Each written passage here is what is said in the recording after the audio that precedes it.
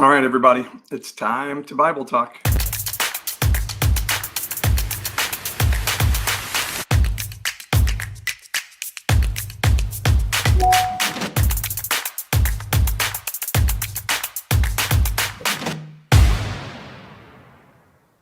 And it's me, Pastor Paul, with you today. Glad you're here for the Bible talk today. And let me adjust my camera just a little bit because I think it's slinked down just a bit. And I want to be able to see you and see me.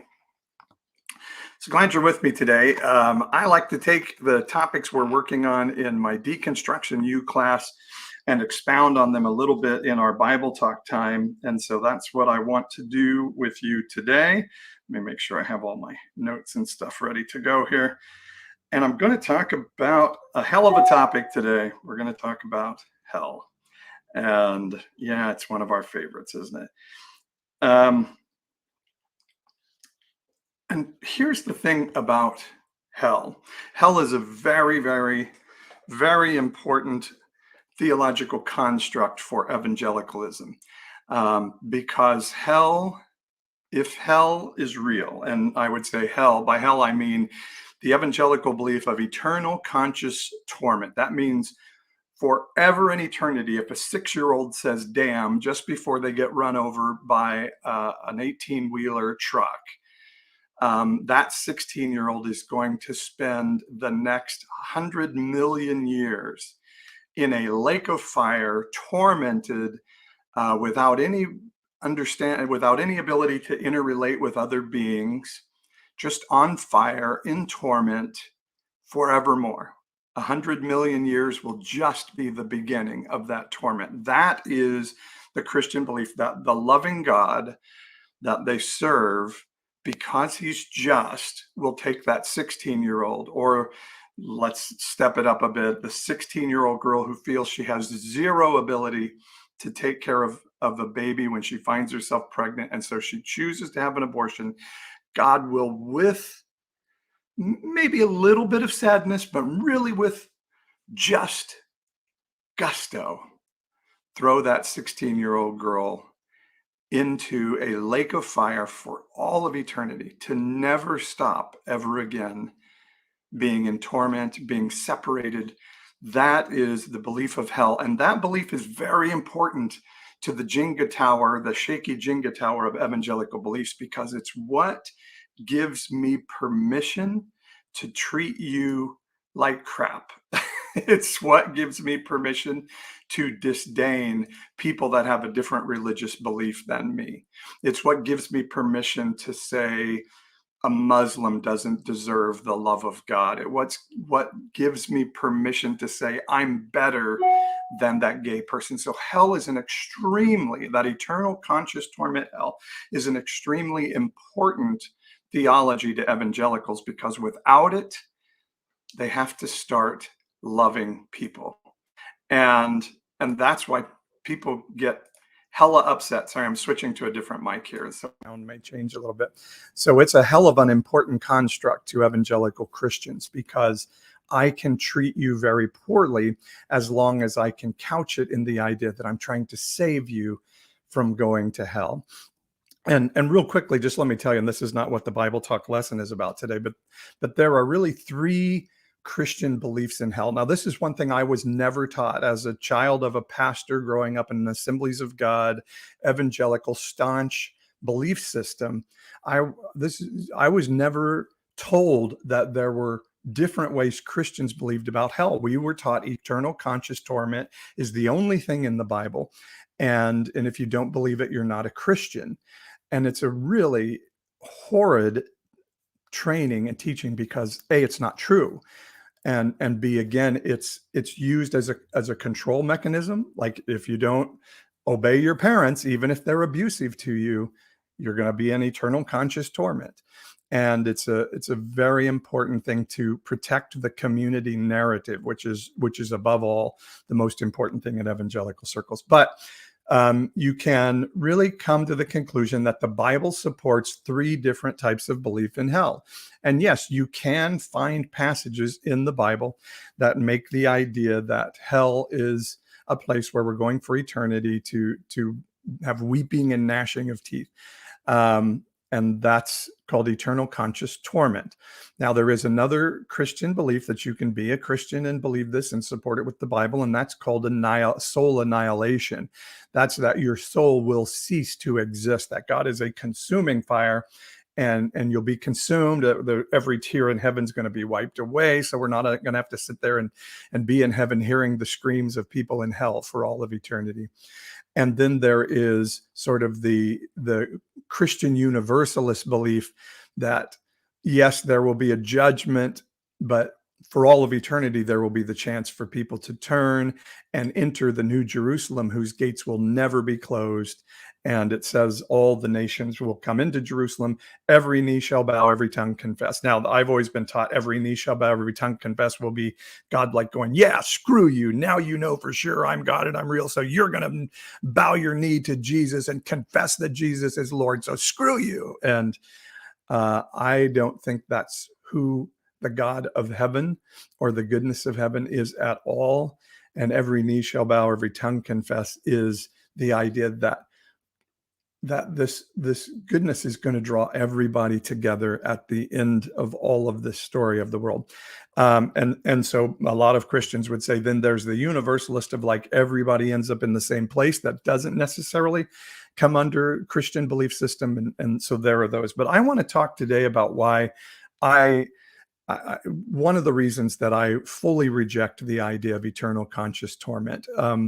And just know that whenever hell is said in the New Testament, it doesn't necessarily mean a lake of fire of eternal conscious torment. There are actually 3 different words that we interpret as hell in the New Testament that meant very different things to the people of the first century. But I'm not going to go too deeply in that. We'll be discussing that in our deconstruction U groups this week.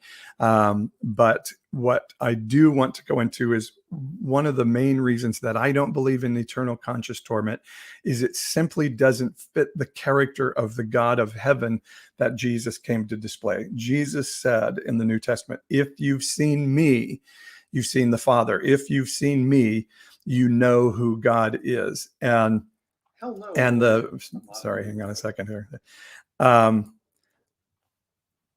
The idea of a God who would throw those 16-year-olds into a lake of fire for all of eternity simply doesn't fit the character of God displayed through Jesus in the Bible. And I believe also the Jesus of the Old Testament as well, which we'll talk about in our Bible talk today. And so I want to start off with a video that kind of gives an idea of how I see the true character of God.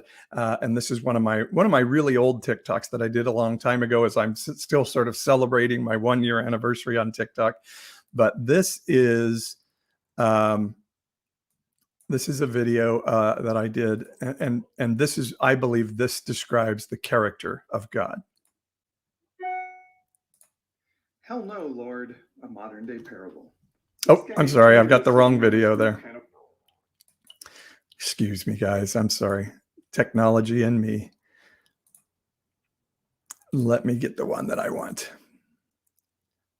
And here it is. Sorry about that, guys. And now I'm looking to see if this is the one that I want. I pray that it is. Here we go. Nope, that's not it either. Hang with me 1 second. Dang it, dang it. Someday I'll have a producer for all of these and we'll have all of this down and ready to go. Okay, here we go. Many young men do. A young man went off to college and, like many young men do, lived a bit of a wild life and found himself behind in his studies until he was worried he was going to fail his history class and lose his scholarship and his college career. He decided to devise a story to play on his professor's sympathies to try to save his grade. On his trip over to the professor's office, he practiced his story over and over again and finally reached the door. Tentatively, he opened it and found the professor very excited to invite him in. As the young man started to try to tell his devious tale, the professor wouldn't even hear it. Young man, do you know the grade you're going to get in my class is going to be an A? The young man was stunned. He said, but I didn't earn that grade. And the professor said, I believe by giving you an A, you will become the student I believe you can be. This is how God looks at us. He's taken away the penalty for our actions so that we can be the best we can be. So that's my belief of the character of God. And this story, by the way, is a true story from my life. That I had a class that I thought I was going to fail, and I was making up a story to try to say, oh, this happened and caused me to fail. And the professor just looked at me and said, you know what? I'm going to give you an A. And I think you're going to become the student that I believe you can be. And sure enough, I never missed that class again the entire semester. And the problem with Christians is they believe, oh, if we do that, if we give somebody an A, they're going to run with it and they're going to be terrible. And the truth is some people may, but the story of God is I'm going to take away the penalty at the end of it. And I believe that is going to draw you to be better. As in Romans, it says the law produces sin. It doesn't get rid of sin. But the grace of God to say there is no penalty at the end will draw us to our better selves. And that's the way I look at the character of God. So let me show you that in the Bible today in our Bible talk. And so bless our time of sharing the word together. And I'm glad you're listening in today. And I'm just enjoying this time with you. I'm sorry, I get a little tense when I start having technical stuff. So I'm just letting myself relax from that. So we see in Luke 19, the story of Zacchaeus. Zacchaeus was a tax collector, and the tax collectors were considered the worst people in culture because the main thing for the people of Jesus, Jesus lineage, the Jewish people at this time in history was that they were oppressed by the Roman Empire. And so the Roman Empire had oppressed them. They had taken away a lot of things that were really important to them that they believed were important to God's plan on earth. And Rome would then tax them and make economic difficulty for them. And the tax collectors were Jewish people that the way they made their money is that they would then add their own fee on top of the collection of the taxes. Rome would say, here's the amount of tax you have to collect, tax collector. And then this Jewish person would go out and force everybody, including widows, and to pay the taxes for the Romans and their fee on top of it. So it was seen as usury. It was seen as them being traitors to their own people. And so the tax collectors and the Samaritans and the lepers, like those were the worst possible people in culture. And we see in Luke 19, Jesus sees Zacchaeus, the tax collector, and says, you know what? I'm coming to your house to have lunch. And to go to somebody's house was considered a huge place of honor. And for a rabbi to say, I'm coming to your house, as Jesus was this amazing thing that people were like stunned. Why would he go to that guy's house when he's a traitor and a horrible person? And Jesus goes to his house, and we see that this honor causes Zacchaeus. There's nothing in the text that says Zacchaeus was condemned by Jesus and then repented. It just Zacchaeus being honored by this rabbi and treated with honor says, you know what? I'm going to make things right. I'm going to go out and I'm going to make things right. And so that's what's happened as we come into then the story in Luke 19 called the parable of the 10 minas. And the amazing thing at the end of the Zacchaeus story is Jesus goes out and pronounces to these people that sozo, salvation, has come to Zacchaeus' house because he is a son of Abraham. He declares he's not a traitor. He's one of you. And he's part of the lineage of Abraham and the deserver of the blessings of those. And he says this, for the Son came to seek and saved that which was lost.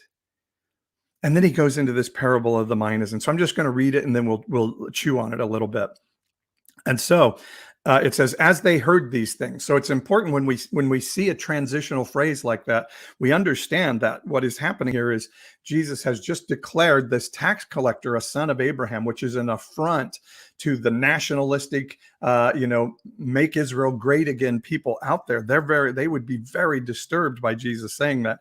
And so it says, as they heard these things, he starts to tell this story. So Jesus is building on the disruption he's just caused in the people around him. And now he's going to tell a story that's going to explain the point that he was just making when he called Zacchaeus a son of Abraham. And it says, as they heard these things, Jesus, proceeded to tell a parable because he was near to Jerusalem. So this group is headed into Jerusalem. We're told by Josephus, the Jewish historian, that there were about 2 million Jews in Jerusalem for Passover at that time. So Jerusalem is swelling, and there's been all these rumors going around that the Messiah that they've been waiting for all these years, for hundreds and hundreds and hundreds of years, is going to appear this year. It's almost like QAnon, like JFK Jr. is going to show up at Dealey Plaza. And everybody was hearing this rumor, and so they were coming to Jerusalem to see what would happen, as many would come anyway because it was Passover. So he's headed to Jerusalem, and it says he was near Jerusalem, and because they supposed that the kingdom of God was to appear immediately. So see, everybody's thinking, here he goes. Jesus is going to declare himself the Messiah. He's going to overthrow Rome and make Israel great again and put our religious system in charge of the civil law and civil government. Sound like any other religious system you may know about? He said, therefore, a nobleman went into a far country to receive for himself a kingdom and then return. Calling 10 of his servants or bondservants, he gave them 10 minas and said to them, engage in business until I come. But his citizens hated him and sent a delegation after him, saying, we do not want this man to reign over us. When he returned, having received the kingdom, he ordered these servants to whom he had given the money to be called to him, that he might know what they had gained doing business. The first servant came to him, saying, Lord, your mina has made 10 minas more. And he said to him, well done, good servant. Because you have been faithful in very little, you shall have authority over 10 cities. And the second came, saying, Lord, your mina has made 5 minas. And the master said to him, you are to be over 5 cities. And then another came, saying, Lord, here is your mina, which I kept laid away in a handkerchief. For I was afraid of you, because you are a severe man. You take what you did not deposit and reap what you did not sow. And the master said to him, I will condemn you with your own words, you wicked servant. You knew that I was a severe man, taking what I did not deposit and reaping what I did not sow. Why then did you not put my money in the bank? And at my coming, I might have collected it with interest. And he said to those who stood by, take the mina from him and give it to the one who has 10 minas. And they said to him, Lord, he has 10 minas. And I tell you that everyone who has, more will be given. But from the one who has not, even what he has will be taken away. But as for these enemies of mine, who did not want me to reign over them, bring them here and slaughter them before me. So that's quite a tale that Jesus told. Zacchaeus is a son of Abraham. He's walking toward Jerusalem. The buzz is, here we go. Jesus is going to take over the government and put our religious system and our race in charge. And this is going to be amazing. You see, the heart of the culture was very much like the heart of the evangelical culture today. We're looking for a Messiah, even if it's a guy like Donald Trump, to put us in charge of culture and put our religion in charge so our country can be made great again, and therefore God's plan can exist on earth. You see how that deception comes into your mind, and you think weaving your religion and your patriotism, your nationalism together is in the interest of God. And again, Jesus is again and again saying, no, that's not the character of God. And I believe this story is displaying something about the character of God that tells me the idea of a 16-year-old getting thrown into a lake of fire for eternal damnation and eternal conscious torment is not even close to the character of what God is, or the essence of the goodness of heaven. So Jesus is telling this story with all of that as a backdrop, and he's talking about this nobleman going to receive a kingdom. And probably what was happening at that time, one of Herod's sons had recently gone to Rome to say, hey, I want to receive part of my dad's kingdom. And he had to get the approval of Rome to do that.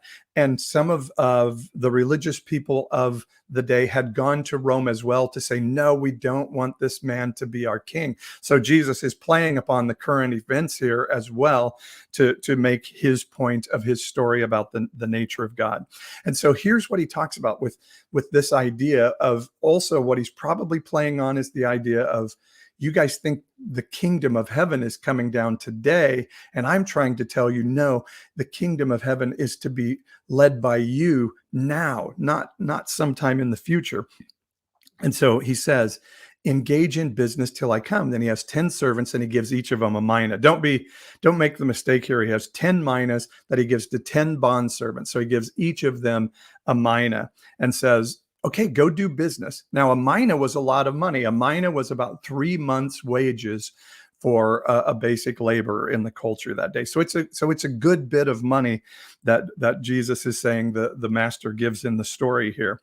And so while he's gone, these guys do the business. Then when the master comes back, he calls each of the servants and says, okay, what did you do with my money while I was gone? And the first one comes and says, I took your mina, I invested it, I did business, and now look, I have 10 minas. So it's 1,000% return on what he was given. And the interesting response of the master here is like, well done. You took this little mina I gave you, this money that's somewhat insignificant, and you produced 1,000% return on it. I'm going to give you authority over 10 cities. I'm going to give you authority over a whole lot more than just money, because your heart has proven to be faithful and good. Again, that's what I believe the character of God is. If you just take a little bit and do a little bit with what God sees as a little bit, the reward is, and by authority, I think it is that we get to start to influence goodness over a huge group of people. And then the second comes and says, you gave me a mina, here's 5 minas back. And he says, wow, 500% return. You are amazing. You get 5 cities. And then, and there were others, there were 10 of them, but we only see the story of 3 of them in the parable of Jesus here. And the third guy comes and he's the staunch guy. I'm the one that I'm going to follow the rules. And, those other guys were frivolous with their money. And I was afraid, God. So I was afraid, Master, because I know what a mean guy you are. I kept mine wrapped in a handkerchief just to make sure you weren't left with nothing. I wanted to be the one to protect like the very basic for you. And I believe I think this is representative for Jesus. This was representative of that religious mindset of the day. Like, we're just going to hold on. We're not going to like help people and stuff. We're going to just hold on and try to hold on until the Messiah comes, because, God's a really severe, angry boss. And we have to try to placate that severe, angry boss. And so in the story, the master says, knowing that I'm a severe, angry man who reaps what I don't sow. Now, I want to show you something interesting of that. It says, you knew that I was a severe man, taking what I did not deposit, reaping, and what I did not sow. That's not a declaration of confirmation of what this servant thought of the master. There happens to be a question mark on the end of that sentence. And so let's say it more like this. You knew that I was a severe man, taking what I did not deposit, reaping, and what I did not sow? You knew this about me? And what I think he's saying is, those other guys didn't feel that way about me. They felt it was worth it to risk. They thought it was worth it to risk. And if they lost it, I was going to say, at least thanks for trying. But you see me as this severe man. And so you hunkered down. And you know what? Because you did that, I'm going to take even what you have and give it to the guy who had the biggest return. And everybody around him like, that's not fair. That's not fair. He has 10. Why are you taking from the guy that has nothing? And he says, because you didn't even try. And because you misjudged my character.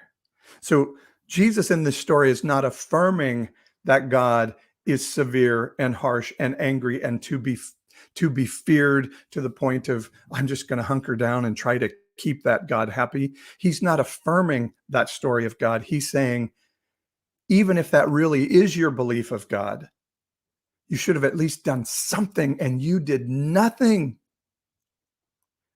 What he's saying to the Pharisees is, if God is who you think he is, you still shouldn't be doing what you're doing by putting the bondage of religion on people and intertwining your politics with that religion so that it creates a bondage on people that is beyond suffocating.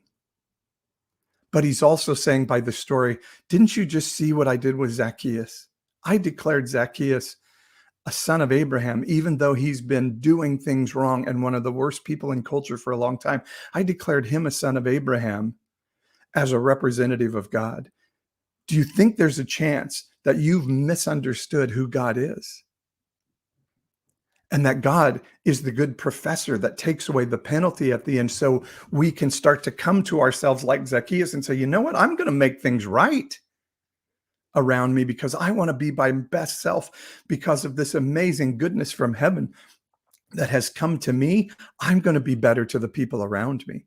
But somebody who sees the character of God as being harsh and desiring to throw a 16-year-old girl who had felt she had no other choice but to end her pregnancy into an eternal lake of fire forever, if you see that God, then that's the God you're going to portray to yourself. And that's the God you're going to portray to others. And this is what I see as the danger of the eternal conscious torment belief system, is that it tells me the character of God is that he loves to punish people because he's just. And we miss that justice. Jesus tells parable after parable where justice is everybody getting the goodness of God, not just the good people who follow the rules.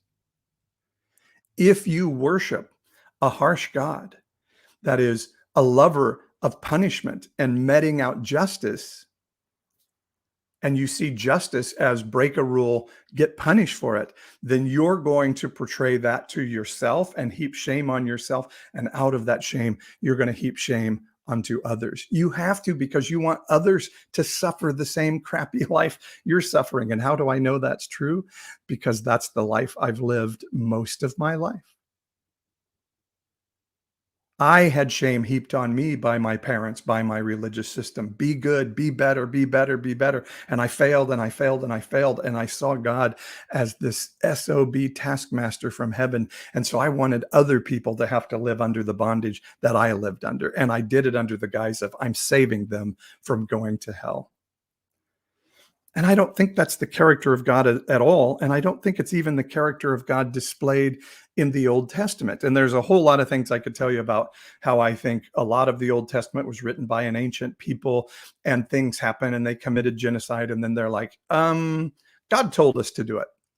Just like we do in the world today. God told us to kill those people in the Middle East because we're God's people. It's okay who we kill. Somebody kills one of us, we're going to lose our shit about it. But boy, if we kill somebody, it's okay because we're God's people. But this is who God was, even in the Old Testament, the God I'm telling of, the professor who gives an A for the undeserving student so that the undeserving student can become the student that the professor believes he can be. And we see this in Exodus 19, where the Israelites have left slavery in Egypt and they're traveling out, cross the Red Sea, which, by the way, is impossible in the pathway of where they're going. They didn't cross the Red Sea because it's not even in the path of where they traveled. So, just so you know something about the Bible with that. But they come to Sinai. And I think this is a seminal moment in history of why the Old Testament is the way that it is. Because at Sinai, what we see is a story here where God in heaven is making an offer to the people of Israel. In fact, he's not making an offer. He's just revealing what they're doing. He's like, okay, I brought you out here and here's what we're going to do. And let me just read this passage from Exodus 19, verse 5. It says, now, therefore, if you will indeed obey, and obey is a word, it actually means heed, like hear. If you hear my voice and you walk in what I'm saying, it's not like, here's a command, follow it. He's saying, if you hear and heed what I'm saying, and keep my covenant, like come into my agreement with you like I had with Abraham. And I do a lot of sermons on that covenant of Abraham. If you hear my voice and keep that covenant, you shall be my treasured possession among all people, for all the earth is mine. And verse 6, and you shall be a kingdom of priests and a holy nation. These are the words that you shall speak to the people of Israel. At the end, he's saying, Moses, go tell them this. So what God is saying here is, hey, I brought you out for a special purpose. I made a special covenant with Abraham for a special purpose. And it's this: you're going to be a kingdom of priests. Now, this is a really significant thing he's saying, because what we know is the priests were like just this one little subset of their culture, and only they could be priests. And in all of the cultures around them, there would be people that would be, designated to be the priest to whatever God ruled that people.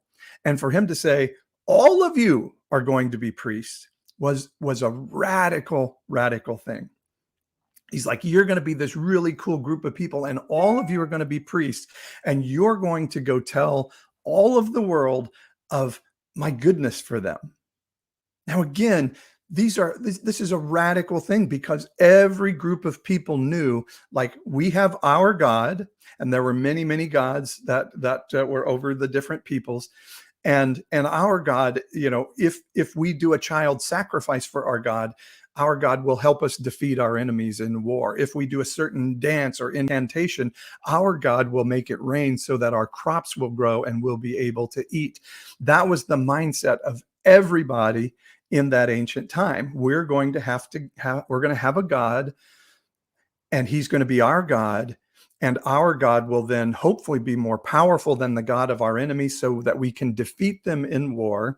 And hopefully our God will be more powerful than the gods of nature, so that our crops will grow. And here comes the God of the Israelites now at Sinai saying, okay, we're going to change all of that. You're going to be a group of priests that are going to preach about me as the God above all other gods, as a God of goodness, that I don't want to kill your enemies. I want all mankind to be joined together in understanding and love for one another. And I'm going to do teachings like love your neighbor as yourself. And I'm going to tell things like, and your neighbor is that person you don't think that deserves God's goodness. It's why Jonah says in Jonah chapter 4, I don't want to live in this world, God, where you have mercy on my enemies. I want you to be a God like everybody else's God that kills my enemies for me. And so the Israelites hear this from God, and the Bible talks about there being thunder and lightning and scary noises, and the people become afraid. And what I think we're seeing written by an ancient people is they started to consider what God was telling them, and the weight of it began to hit them like, whoa, wait a second, you mean like we're going to have to trust those people that we hate over there, and we're going to have to love these people that we hate over here? We don't like this God. Is there anybody else up there that we can ring up? We want to have a God like their God, a God that hates the people that we hate,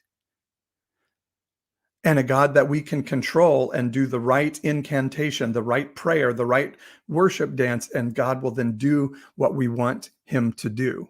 And of course, he'll be a him. And so the Israelites rejected God's proposal at Sinai. And so it's almost like this conversation is taking place, and then God says, do you understand what that means? You're rejecting the covenant I made with your father Abraham, and you want to start a new covenant here. It's called a vassal covenant or a suzerain covenant, where I'm the boss, you're the leaders. I'm the harsh master who reaps what I do not sow. That's the covenant you're choosing now. And they're like, yeah, and don't talk to us. You're scary. Talk to Moses, and Moses will tell us what's going on.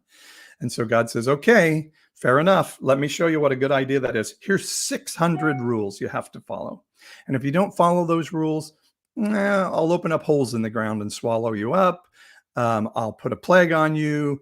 Like, bad things will happen if you don't follow my rules. And the Israelites are like, good, as long as we have a God we can control and try to get him to kill our enemies, we're good with that. They made a covenant with God that God says was a really bad covenant. And when we see in the New Testament Jesus saying, see that temple, not one stone is going to stand on another, he's saying, you're in that religious system because you don't understand the character of God, and you made a bad covenant. And I'm going to come and fulfill that covenant, because that's the covenant you and God agreed on. But once it's fulfilled, that covenant is going away forever.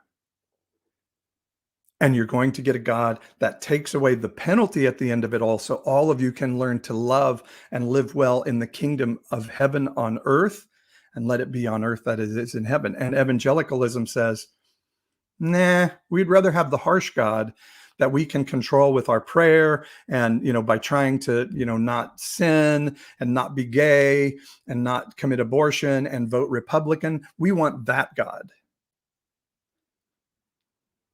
And that God is saying, well, then you have to believe that I'm going to throw you into a lake of fire for eternal damnation. And they're like, yeah, we'll take that.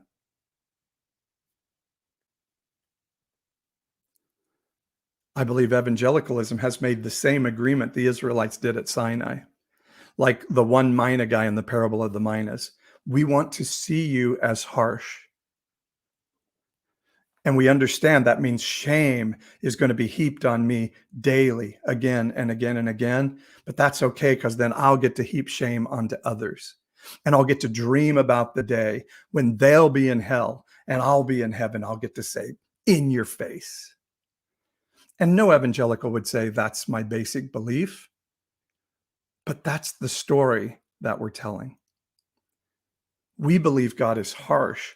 And then in the parable, what does it say? Jesus said, I'm going to take even that from you and give it to those who see the Spirit of heaven as good. Jesus talked about this religious system of his day that I believe absolutely parallels the evangelical system of the day. And he says, when you have a system like that in place, it needs to be cut off at the roots and thrown in the fire. Cutting it off at the roots means it never will grow back ever again. That belief system will take the little bit they have and we'll give it to these other guys. If my people won't take care of the environment, I'll take their authority away and I'll give it to these environmentalists who don't worship the God of heaven at all. Because I need somebody to take care of the planet. And I think we're going to see in this next generation that the authority of evangelicalism is going to be taken and given to a people that evangelicals would say, God can't love those people because they don't see him as harsh. How can he love them? How can we even live in a world where God would have mercy on those people?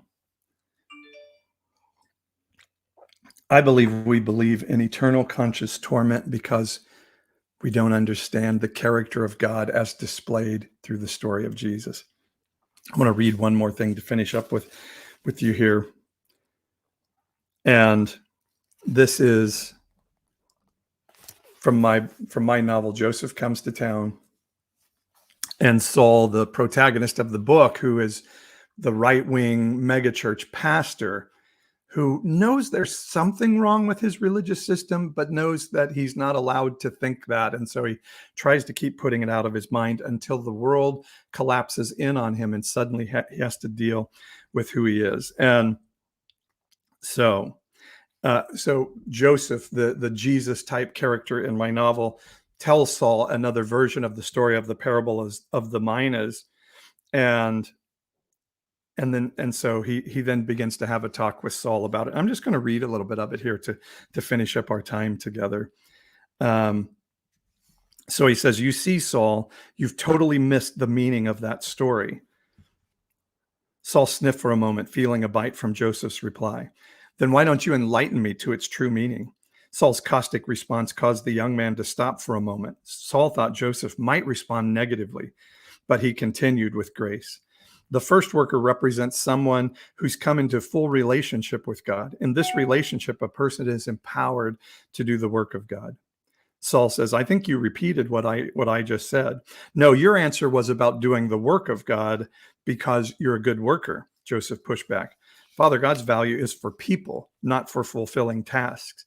God wants us to do the work of our Christian life from our love for him and for people, not out of some duty.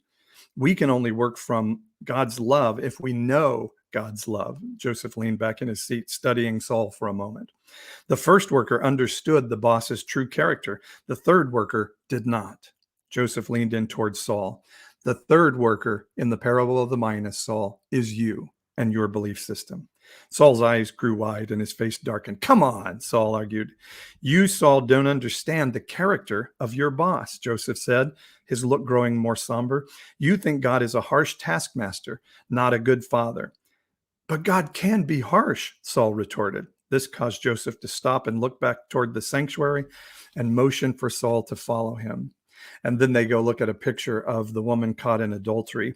And so Joseph asked, do you see a condemning God in that picture?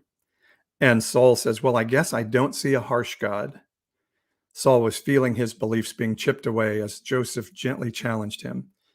Jesus is going to chase away her condemners, But didn't she sin? Asked Joseph. Shouldn't she be punished for those sins? Well, yes, she did sin, said Saul. Then why is God letting her get away with it? Joseph asked now, tilting his head slightly to the right as he seemed to ponder his own question. Well, he's not, said Saul. Jesus is going to tell her to go and sin no more. Yes, after putting his own life on the line for her, he's totally now forgiven her. Jesus said as he pivoted from the painting to Saul and raised his finger to make his point. That's your harsh God. Not only does he forgive as he did this woman, but he puts his life on the line in place of those who deserve punishment. That doesn't sound like a harsh God to me, Saul. Saul didn't answer. He looked back at the painting. As Saul looked at Jesus in the painting, he could see the artist had mastered painting depth into the eyes of Jesus. Saul, which group are you? Joseph asked, again gesturing to the portrait. Are you the rock throwers? Or are you with Jesus and giving the woman freedom to move on with her life without a religious beatdown? Saul crossed his arms, pivoted, and leaned against the wall next to the painting. I've been pretty harsh, I think, Saul said, looking down at the foyer's plush red carpet, like the men in the picture. Because your God is harsh, you have to be harsh to others, Joseph said. But because God is a generous and loving God, not a harsh one, the second worker in the story is someone in the world who's captured the Father's heart and is putting it into practice. Anyway, I could keep on reading. This is the point of what I'm saying. I don't believe in an eternal conscious punishment of hell because I don't believe it's the major story of hell in the Bible. I think fire in the Bible is a purification, not a punishment. And that's why I believe we will go through a judgment of our acts in this body on this planet, but it will be for purification, not for eternal separation and punishment. But the main reason I don't believe in eternal conscious punishment is I don't think it fits the character of the God of heaven as displayed through the story of Jesus. And if I'm going to call myself a Christian, then I have to follow the story of Jesus Christ and act and look like Jesus Christ, not like something that was misinterpreted by the Israelites in the Old Testament. And Jesus said, that belief system, that thing's going to be cut off at the roots and thrown into the fire. And you're going to get to know a world where rules aren't written in stone so that they bring punishment, but rules are written in your heart and in your mind so that you learn to love each other well. I'm taking away the penalty at the end so you can be the best you can be in the middle of the story. I think the evangelical belief system of pray a sinner's prayer, get to go to heaven, now just try to be a little bit good in the midst of it all, but you're dirt and you were born into original sin, and so you really don't have a choice but to be terrible, is a terrible theology. And it creates the people we're seeing out there on January 6th and elsewhere around our culture today. Because we're serving a harsh God, we think that harsh God wants to overthrow government today. And so we're missing the story that John 3:17 says, God did not send Jesus into the world to condemn the world, but to sozo it. And sozo means to make it whole, body, mind, and soul, as it was at the beginning.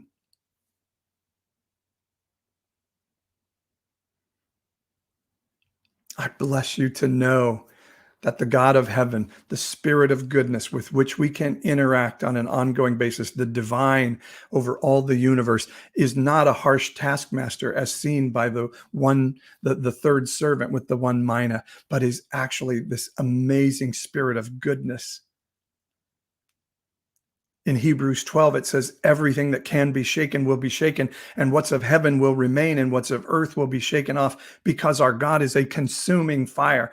That at the end of it all, what we have learned and strained for, that is in the business of the goodness of heaven, is going to be rewarded with, wow, you're amazing.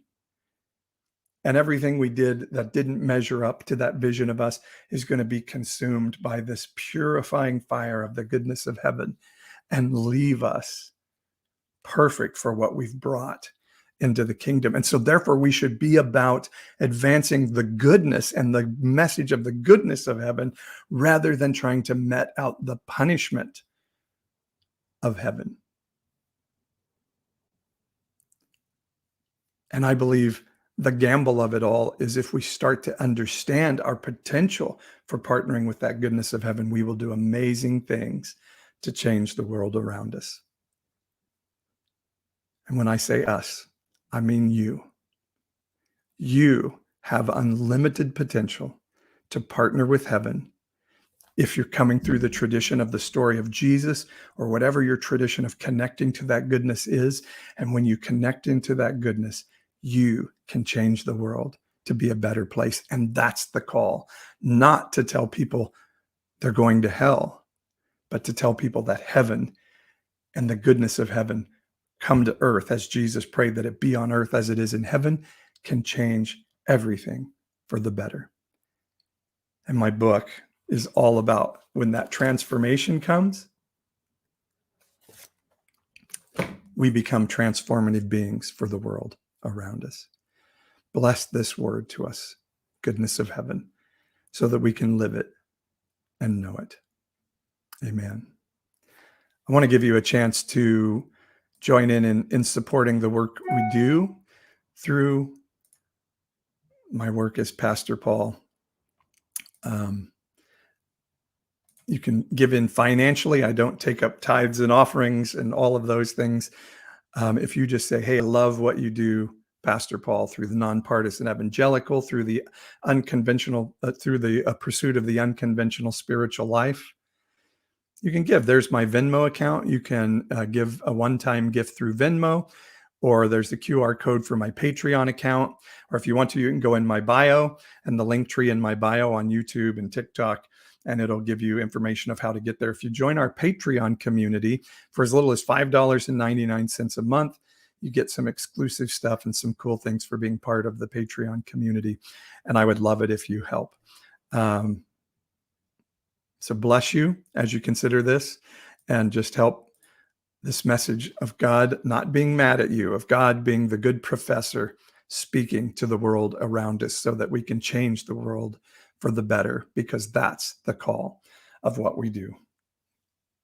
Thanks for joining me for the Bible Talk today. And if anybody wants, I'll be glad to answer a few questions or hang out with you guys for just a little bit. And let's see, I've seen some of you guys commenting.